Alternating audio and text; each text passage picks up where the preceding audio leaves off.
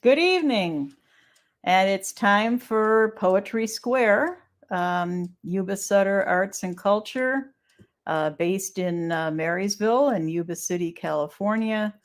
And I'm the Yuba Sutter Arts and Culture poet in residence, Diane Funston. Welcome tonight. We have another night of poetry.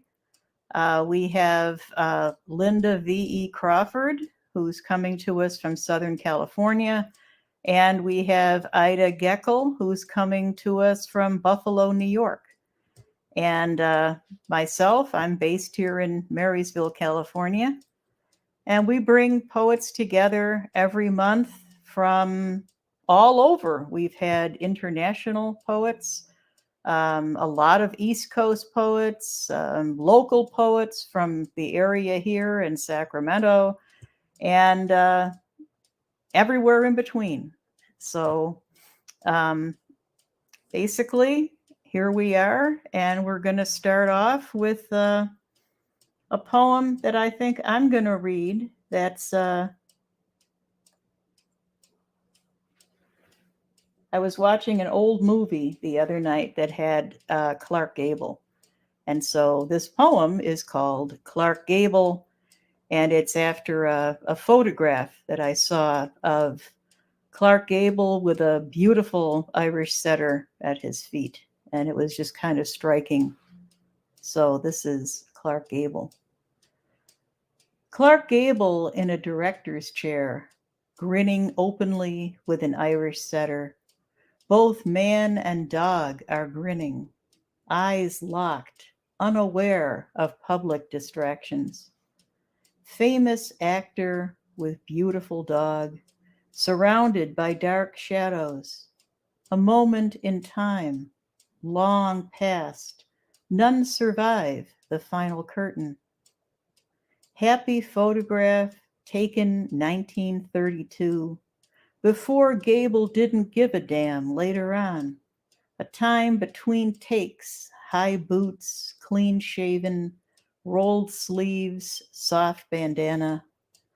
The movie idol, ladies' man and man's man, on a break from stardom and star seeking. The dog wants nothing but love, without gold digging or studio contracts. This moment, the actor playing himself, the setter displaying loyalty, an era without special effects, before the loss of innocence. And been getting into old movies lately. They're, in a lot of ways, they're so much more interesting than some of the things that are on screen now. So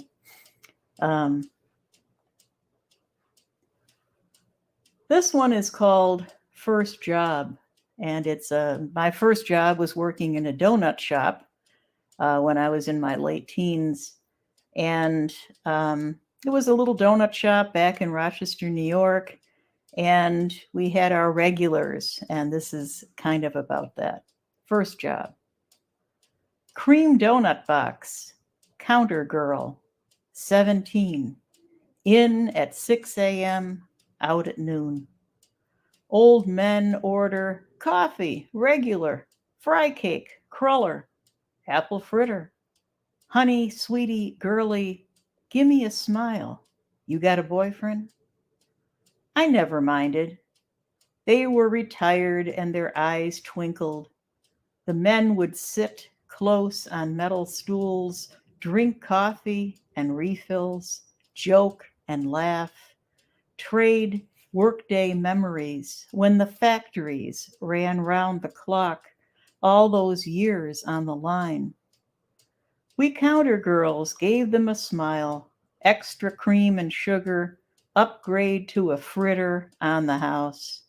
When the boss stepped out, "Sure, Joe, your refill's coming."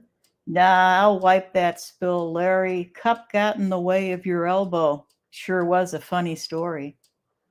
Sunday mornings, they came in with their wives, fresh from church. "Dozen to go."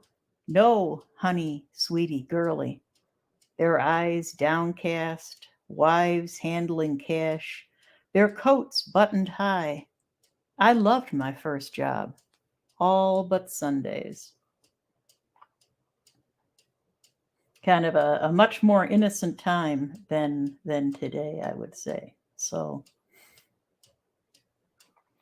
and this is a poem about our fires that we have in California. And right now we're experiencing drought again. There hasn't been rain since I don't remember, and there's none in the forecast. And things are actually blooming early. It was 80 degrees today. This poem was published in the San Diego Poetry Annual of this year, and this is called Flammable.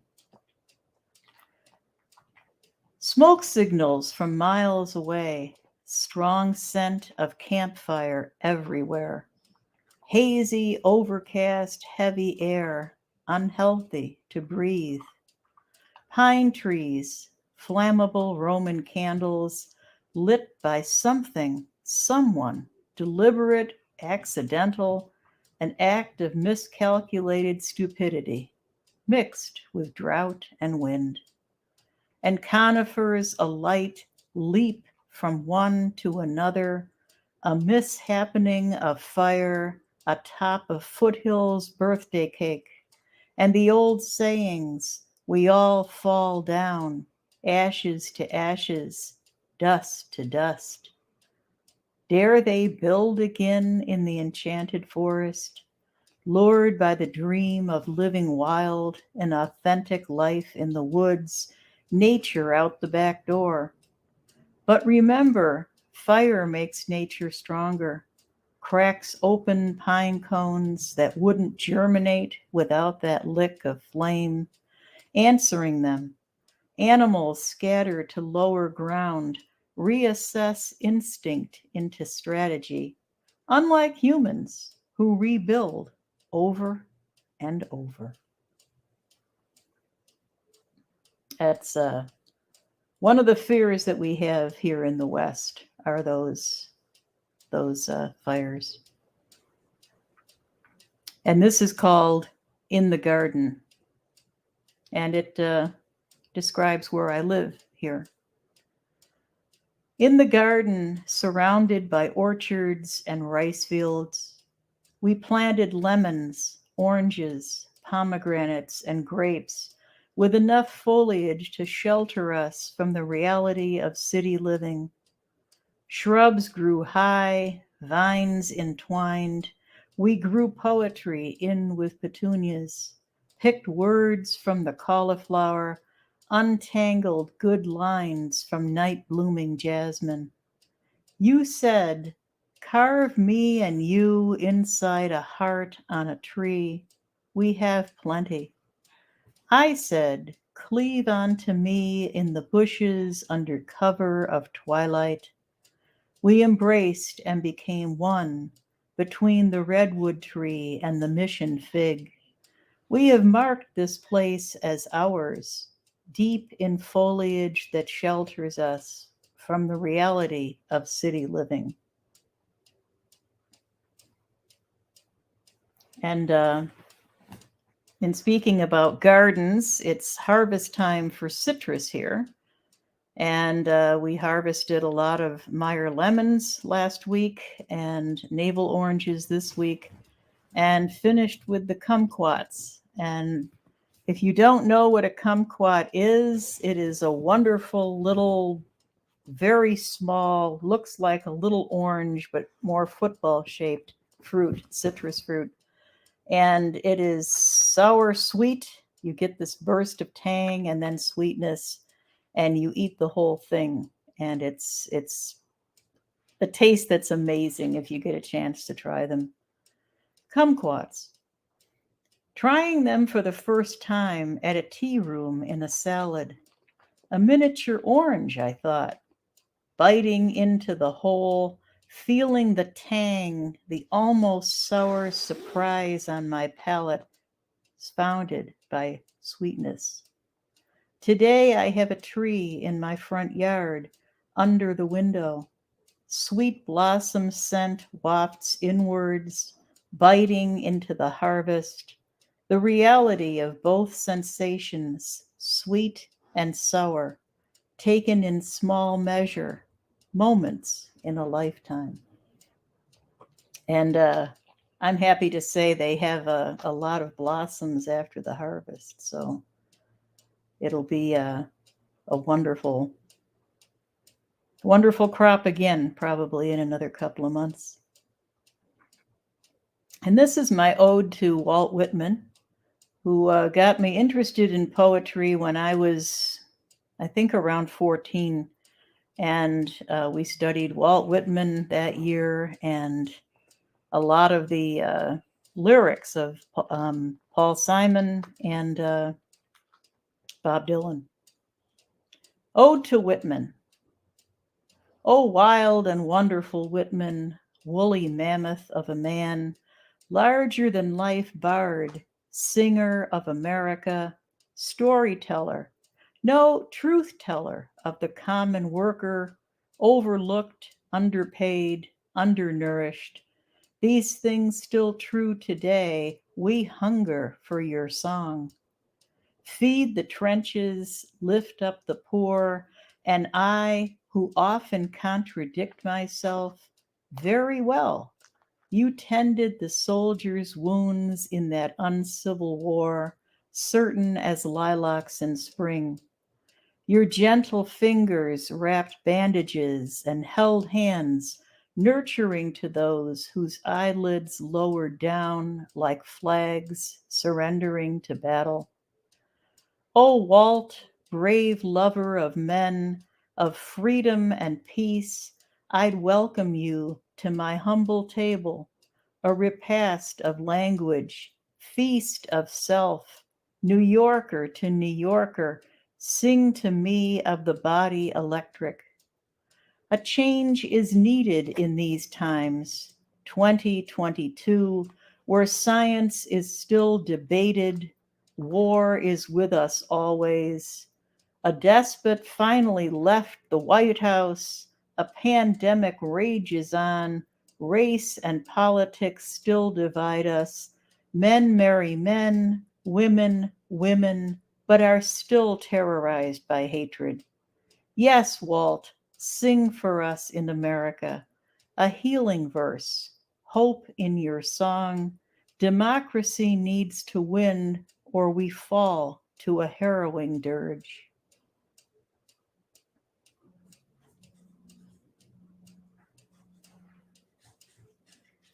And this next poem is called Seasonal Surrealism. Wind wove through our town, joining the deluge of rain, in a magical move to rival Mary Poppins. The outdoor umbrella rose like a slow missile, up from ground zero of table, towards the pool, gliding on unseen wings. In the fracas of weather, I ran to retrieve the stiff round parachute before it flew farther over fence and trees to twirl like Gene Kelly dancing in the rain, in the stew of remnants stirring in backyard chaos. As I grasped the metal pole, I was lifted aloft, rising over rooftops, wet, cold, and afraid of hard landings and death. I slowed to a float, calmness all around me.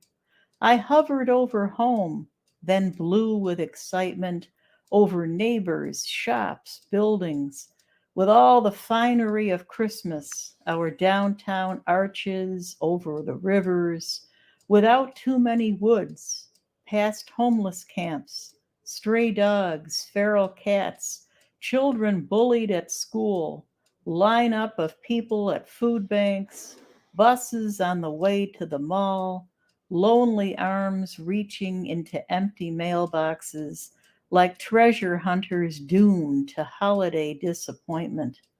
What is this path I follow? Passing silent church bells still despite the storm and scenery, of so many in need. I proceed in circles, each lap uncovering more sorrow of those indeed everywhere, standing in long cold lines or alone in quiet despair. The umbrella sped me toward home, amazed and relieved, safe and sound, all limbs attached, 2 feet on solid loved ground.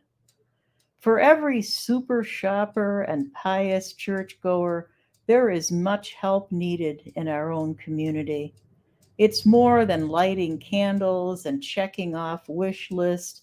And what if it takes is a ride in an unbridled adventure to get close in and see?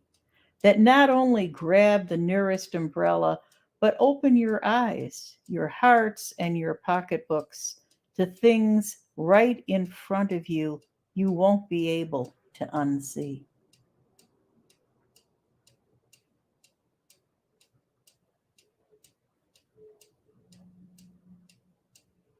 And this is called The Narrow Gap. Meet me in the morning, just after sunrise, down over the hill that separates time from the obligatory to the fantastic. Run faster toward raw life than we could have when excuses were tried on and cinched to fit. Let's explore the narrow gap between heaven and hell, duty and desire, fiction and autobiography. Rip our worn masks off, arrive cleansed and willing, gamble it all on one word, yes, and the whole pile on the floor now. Too late for tradition, way past youthful innocence. We would bleed for one another, and there is so little time left. Others who would care but never notice, some who may notice and not care at all. It comes down to it then. Surrender to need, passion, hunger like we are starving in these, the elder years left to us. Touch me, look at me, face to hair, flesh to fur, partake of this communion. Souls that have known one another as artists of our own fingers, wet with paint and creation. Before the day begins anew with responsibility and debt, offer those primitive words. Then all silence and moving tongue. Do not be gentle or polite or apologize. Penetrate with the sharpness, top to bottom, beak to claw. Draw blood and swallow the life force. Suck the whole naked poem dry, then lie spent from the duet. More satisfying than soliloquy. Leave with a hastened kiss, wordless, and return to the world of the tame, ready to pick up the yoke of domesticity for a while longer once again. And I want to end with a very short poem. And let me find it here. It's called Pieces. I collect fragments, old plates, odd earrings, all imperfect puzzles to form a whole. A ceramic mime, amethyst chunk, clay snake, vintage marbles, I hunt far and wide. Yesterday, a saucer broke onto the floor. Mosaic, I said, gathered the shards with careful fingers, put them in my box of crazy quilt pottery. I fit and cut and break and glue, a different act than writing. No thinking, just pattern, instinct, and color. I leave them to bake in sun, perfect for the task. Go inside, begin thinking under warm shower, dress, then sit at desk and focus. Move pen across paper, let words spill out, poetic attempts to make sense of the world and language, having used the sharpest edges, in pieces of broken glass. And thank you very much. It's now time for our next guest, who is Lynda V.E. Crawford from Southern California. For this opportunity. I really appreciate it, Diane. Let me start with a poem. It's called A Study in Washing in 3 parts. 1. She was a washing machine once, little girl squishing, Boadicea blue school uniform in juking board and tub. Before her wrists were strong, before she learned to suck in, she stood in that tub, belly free, grandma pouring fresh water over her head, rain falling her back, rinsing her after a good scrub. 2. The laundry room is there, washing machines are there. Well, one.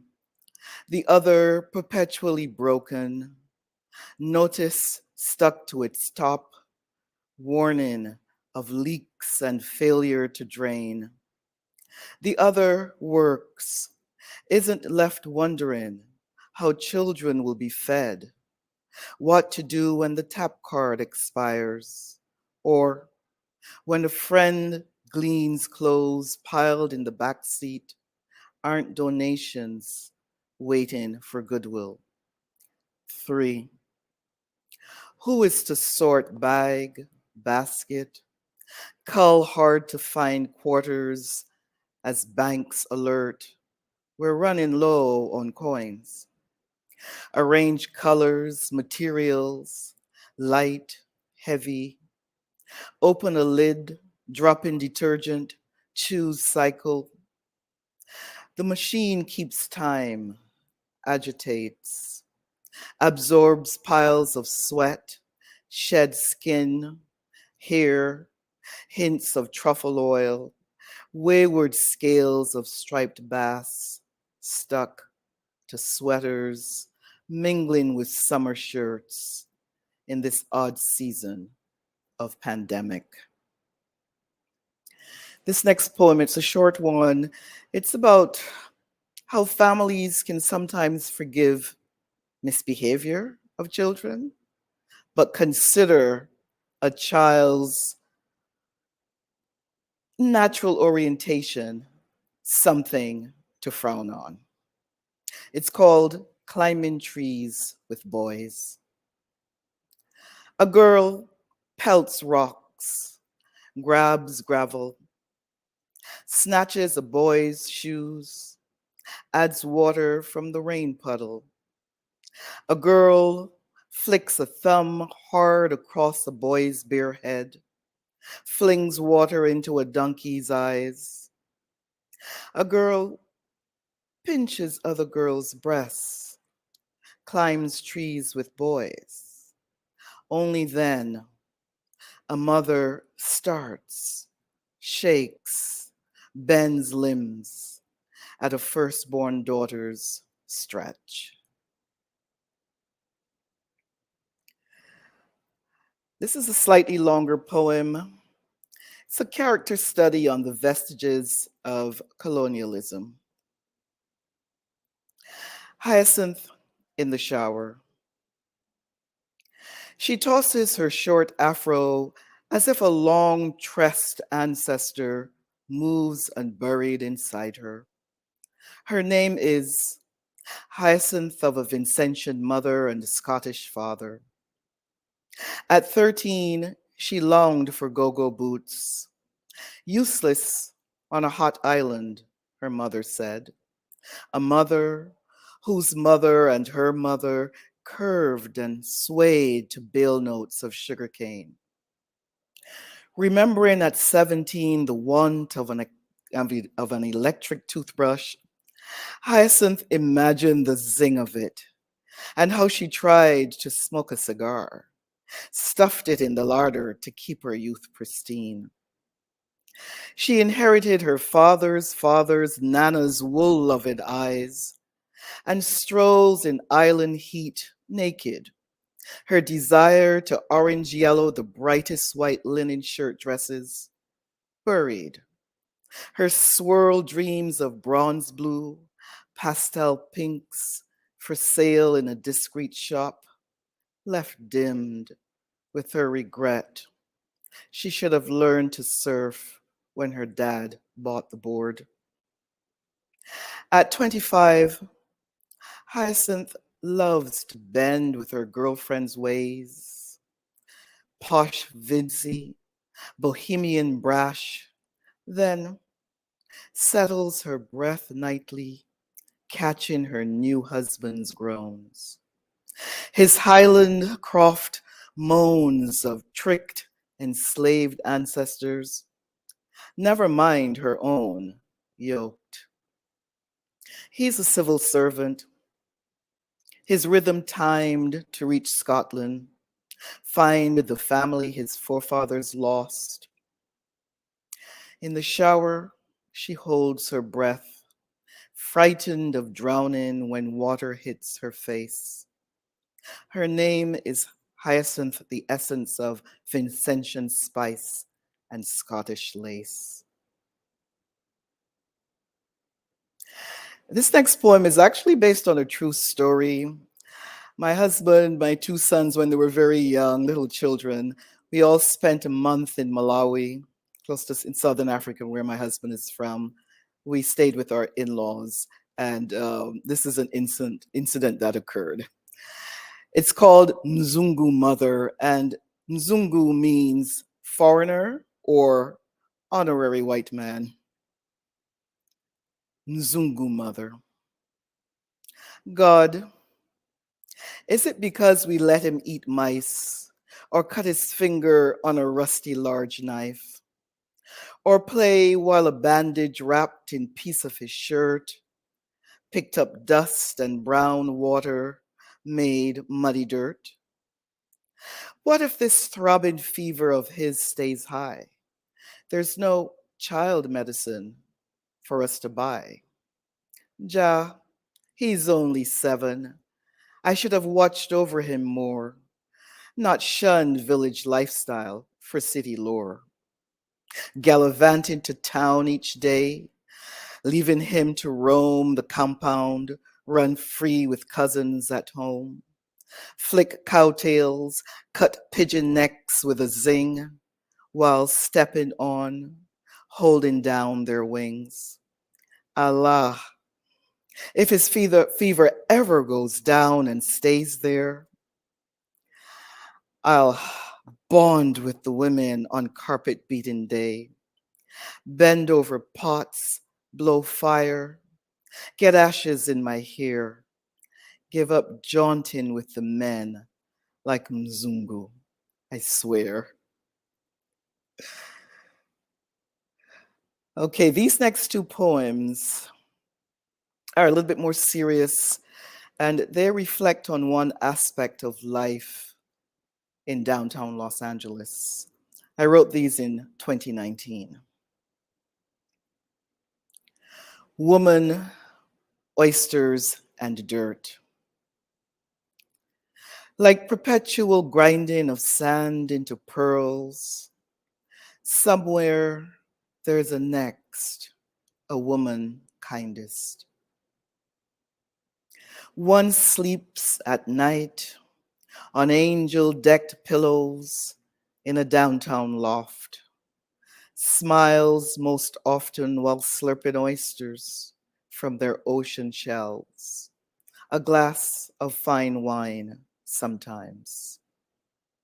The other sleeps night or day on concrete gray in a coat the color of muted dirt, on rotation, sleep, stroll, ask, disappear to return, to press once more onto the hard horizontal.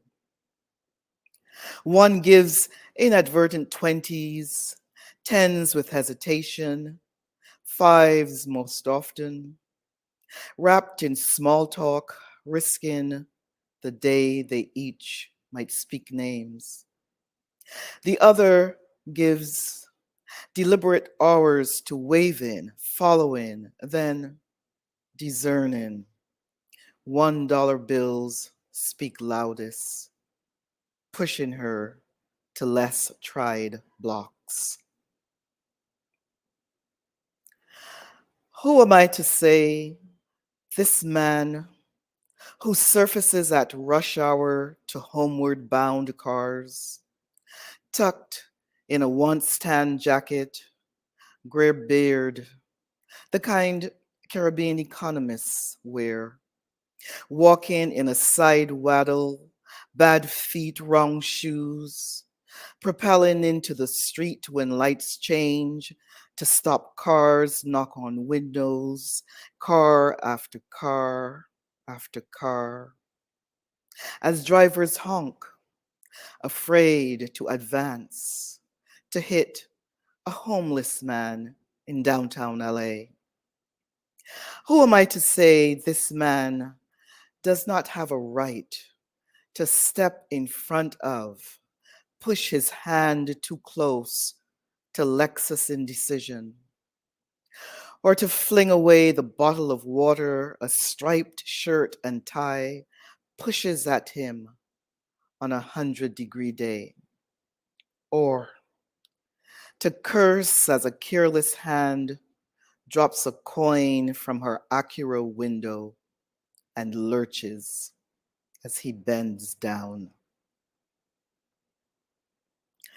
So let me switch to a lighter note. This next poem, it's called Knowing. It was first published in the Halcyon Review in 2019. Knowing. She turns off location services on her iPhone, grabs a just sauteed plate of chicken feet, left over from dim sum with once-a-year friends, settles to Adventures of Sherlock Holmes, an old British series running on someone's YouTube channel. Friends know the gal who slurps oysters with champagne, the studied senior who glides through museums, certain to wear the whitest shirt, flared sleeves, the tattered jeans, years faded. She knows sucking soy sauce tinged gristle from such tiny feet is as tasty as feasting on the archaic word that pushed last week's poem to perfection, knows the pleasure of teeth removing every bit of seasoned flesh, leaving so many tiny bones bared. This next poem is called Avuncular. It was published in the Galway Review in 2020. I tap on an email on my mobile phone, incoming from Word Genius, word of the day. Said loudly, its second syllable expands my chest. Avuncular. I strain to remember the meaning before looking. I always do. Rotund, jolly, effusive perhaps. I'm wrong. Affection and kindness from an uncle. I have many uncles, all dead on my mother's side, some on my father's alive. I don't spend time with them. When I was a child, they hinted strongly of higher status than my mother. My favorite Uncle Eddie was gorgeously thin, brown-skinned, strong-voiced, always laughed with a hint of a scratch, sounded like his sister, my mother. My favorite Aunt Golder sat on the sand at the beach, Or was it in the yard near a pigeon coop? Was there a pigeon coop? To sing songs, tingle our young ears with tales of dolphins caught in fishermen's nets or dinner. When her baby son died of pneumonia, before a year, before my awe at tiny human bodies faded, her long tears flooded her shirt, stained into me. I want a word for her. What is kindness and affection from an aunt? Maternal is not what I expect. I am looking for a better word.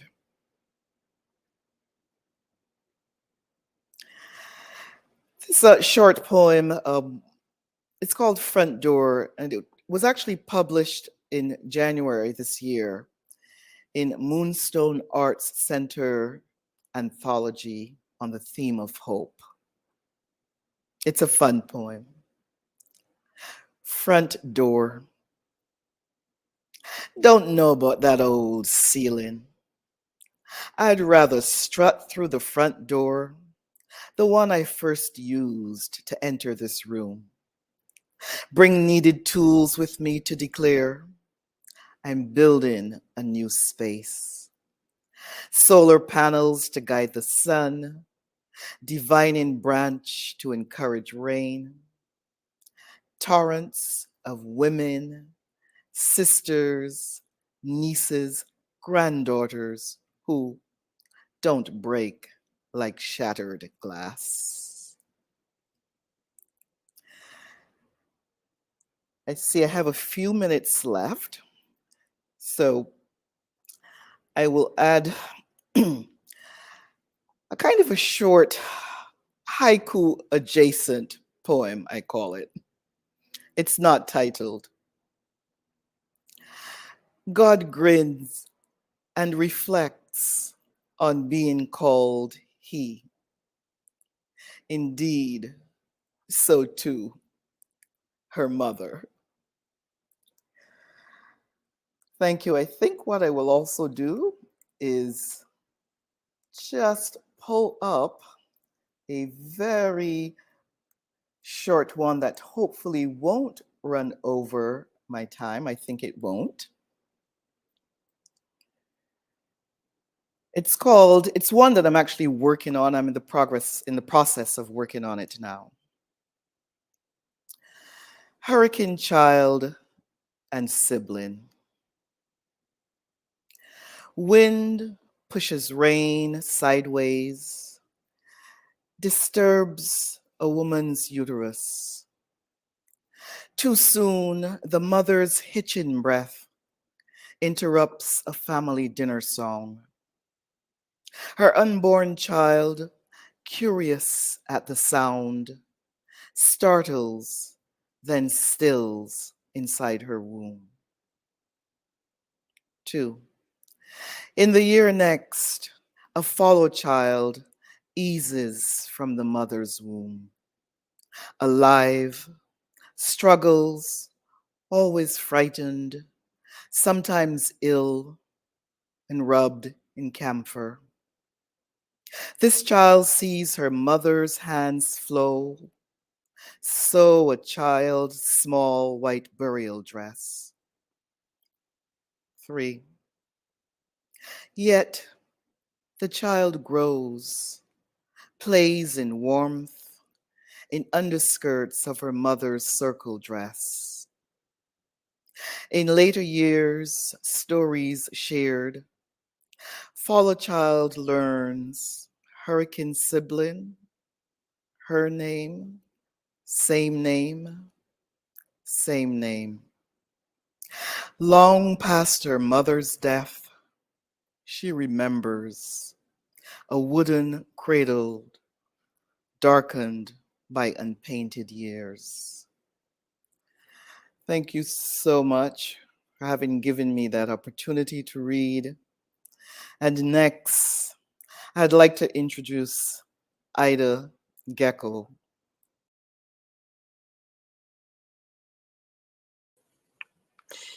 Good evening, everyone, and thank you to Diane for allowing me this opportunity. You all are on the West Coast that are with the Yuba Arts and Culture, but I am in Buffalo, New York, and about an hour away from where Diane grew up in Rochester. So I wanted to start out with a bio, so you kind of get a feel for what inspires me and the kind of poetry that I like to write.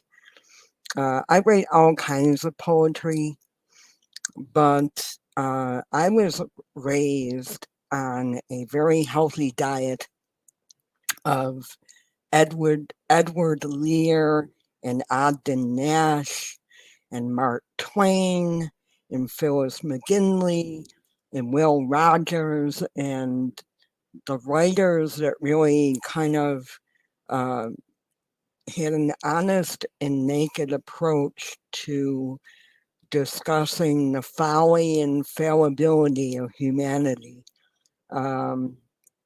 And they are the inspiration for my oftentimes jocose but truthful poetic musings. And I am actively involved in not only the poetry community, but the music community here in Buffalo, New York, much to everybody's chagrin.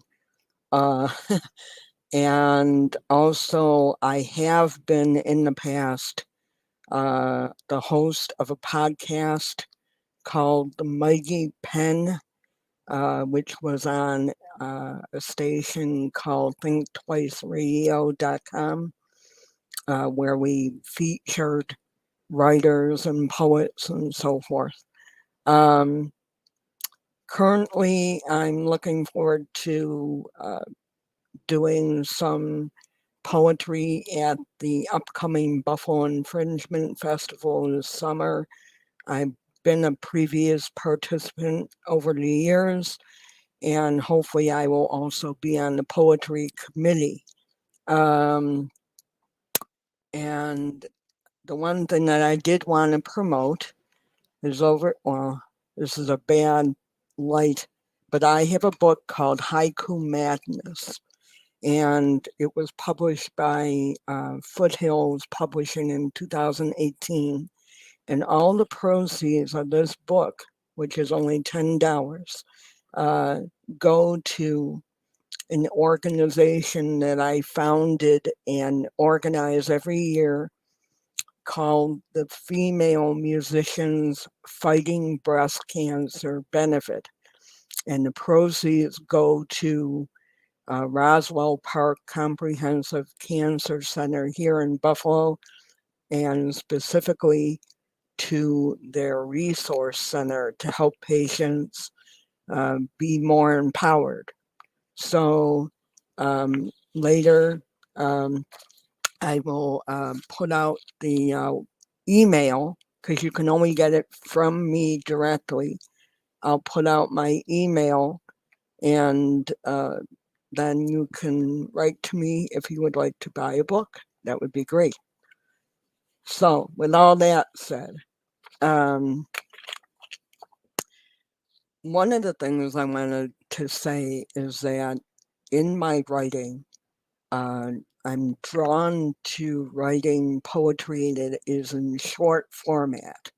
So I'm all about the limerick, the haiku, the tanka, anything that forces me as a poet to convey my meaning in a very concise way, and also lends itself to kind of like a punchline, because truth be told, I kind of missed my calling, and I should have been a stand-up comedian, but I'm not. So here are a couple of limericks that I wrote, and I tend to write limerick about serious topic, but I infuse humor. There once was a man and his wife who preyed on other folks' strife. A rich TV preacher, he did regularly feature a discounted afterlife. Here's another one that's a little more timely. We all have a different perspective, but with science, you can't be selective. Pandemics are careless, denial is reckless, and living is not an elective. Next, I'd like to move on to some tanka, and I have a manuscript in the works for a chapbook of tanka, and the working title of the chapbook is going to be Thank You, Thank You. This is a poem about my love for bubble wrap. My feet feel happy doing the bubble wrap tap, a soul dance I do anytime I feel like crap. Afterwards, I take a nap. As a musician, I'm always involved in various musical projects, and this is a tanka about that. Another new band.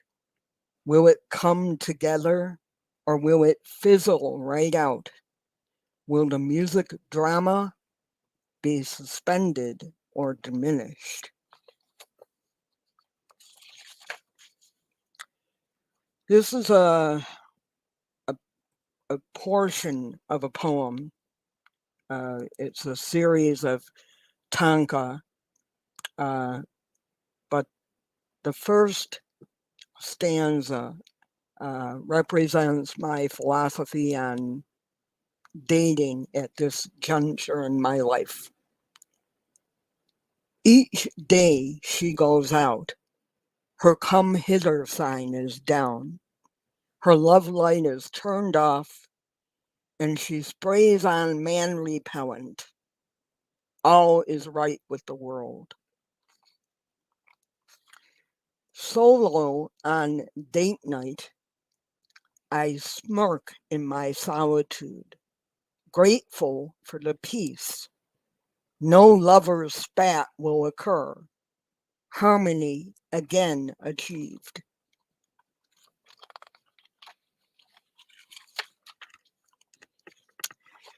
This next tanka is my philosophy on dying. My goal is to live long enough to leave no one to eulogize me.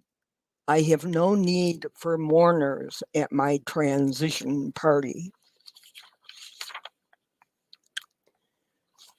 This is a tanka about going to family or friends' holiday dinners. Here's my attitude, filling up with gratitude on holiday food, allowing much latitude. I don't want to appear rude. And this will be the tanka that opens up the tanka book, hopefully. I thank you for titillating tanka, tongue-tripping tanka, a teasing temptation for talkative haiku poets. And next, I'm going to read some haiku out of my book. I have mini little chapters or subtitles in the book. This is my daily mantra. Better true to me than a wishy-washy leaf blowing in the wind.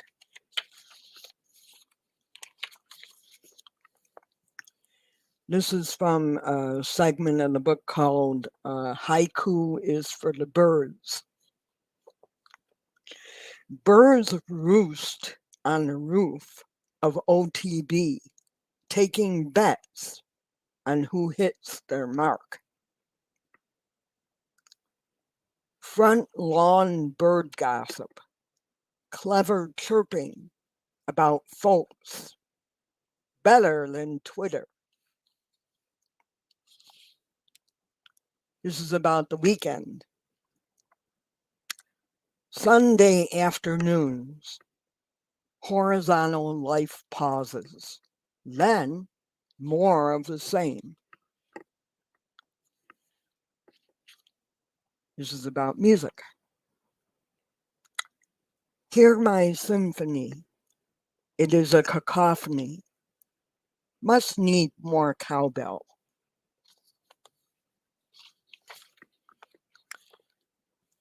Here are a couple of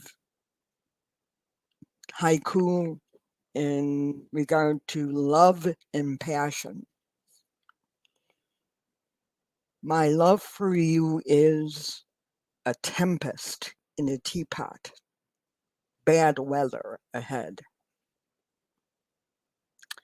Wrapped up in your arms like a thorned lasso of love, I can feel your prick.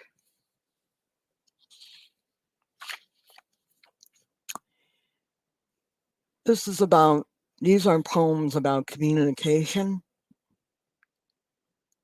Invisible keys make it possible to write in between the lines. Though mostly quite nice, when inspired and provoked, I am bitch-tastic. Words from you be like nauseating flatulence. Do you catch my drift?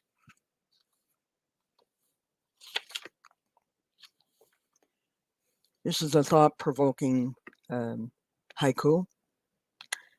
A doubting Thomas with massive paranoia, one epic skeptic.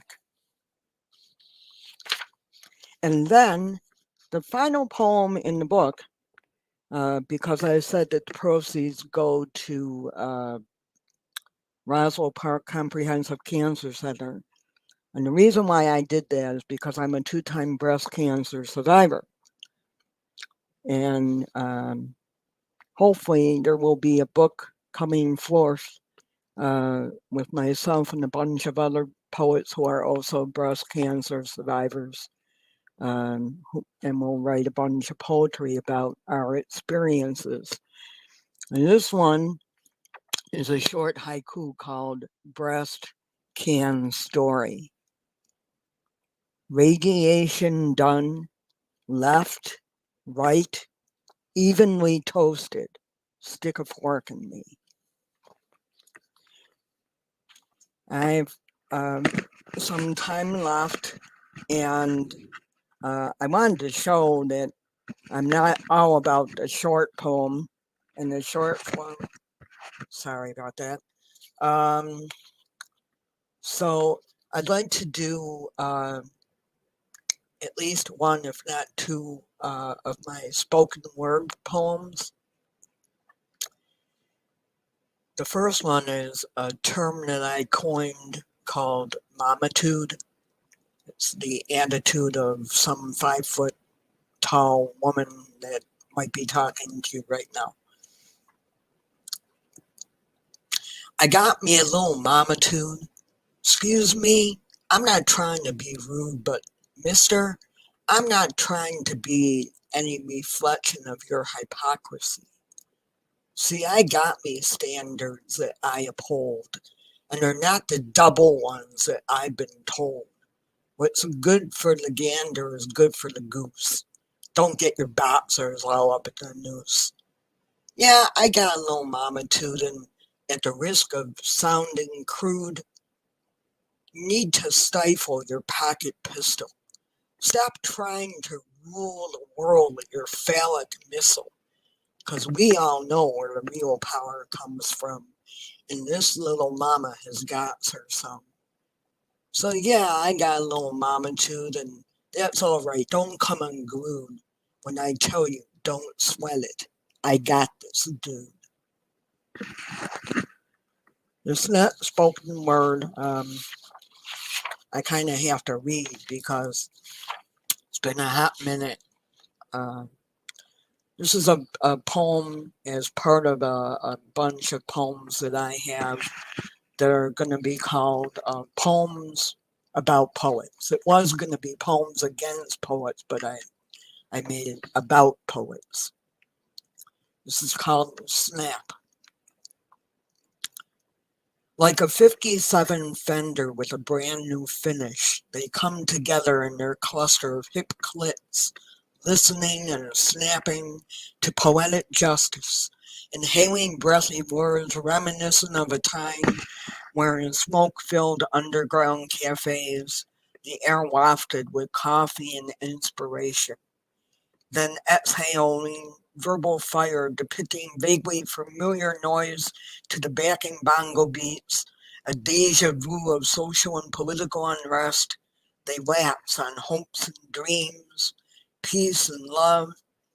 It awakens our youthful spirit, even now as they speak, and we remember and understand. And if I can, I'm going to read one more. And this harkens back to Diane's poems about old movies. And I was recently asked to read at Moving Images live show in Rochester. And this is a poem that I read called Solo Movie Night. Just a few short years ago, I discovered that going to the movies alone is not a loser's ritual, but an indulgence. Any day of the week, but preferably a matinee. Not just because it's easier on the wallet, but because I often have the theater to myself and take the time to take in more than just the movie itself. I tend to patronize older theaters, ones with that ambiance of the gilded movie era, nostalgic in its presence, with ornate patterned walls, geometric swirled diamonds, sculpted Greek busts above the stage, and high ceilings with enormous crystal droplet chandeliers. One person behind a small counter who pulls double duty as ticket clerk and concession salesperson. Theaters that feature off the beaten path cinema, foreign and subtitled, or perhaps a yet to be heralded Sundance indie film, with my bucket of buttered popcorn filling in my nostrils, teasing my taste buds, anxiously anticipating midway down the aisle, where even in an empty theater, claustrophobia kept at bay, I settle into my unassigned seat and wait for the movie to begin, that for the moment is for my eyes only. Thank you again so much for allowing me this opportunity, and have a good night. Thank you.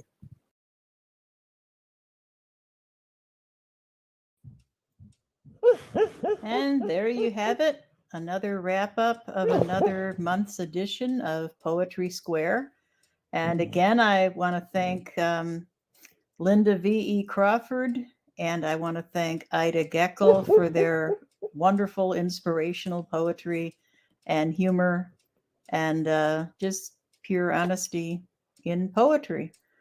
And I'm Diane Funston saying good night from YubaSutterArts&Culture, and see you next month for another edition of Poetry Square.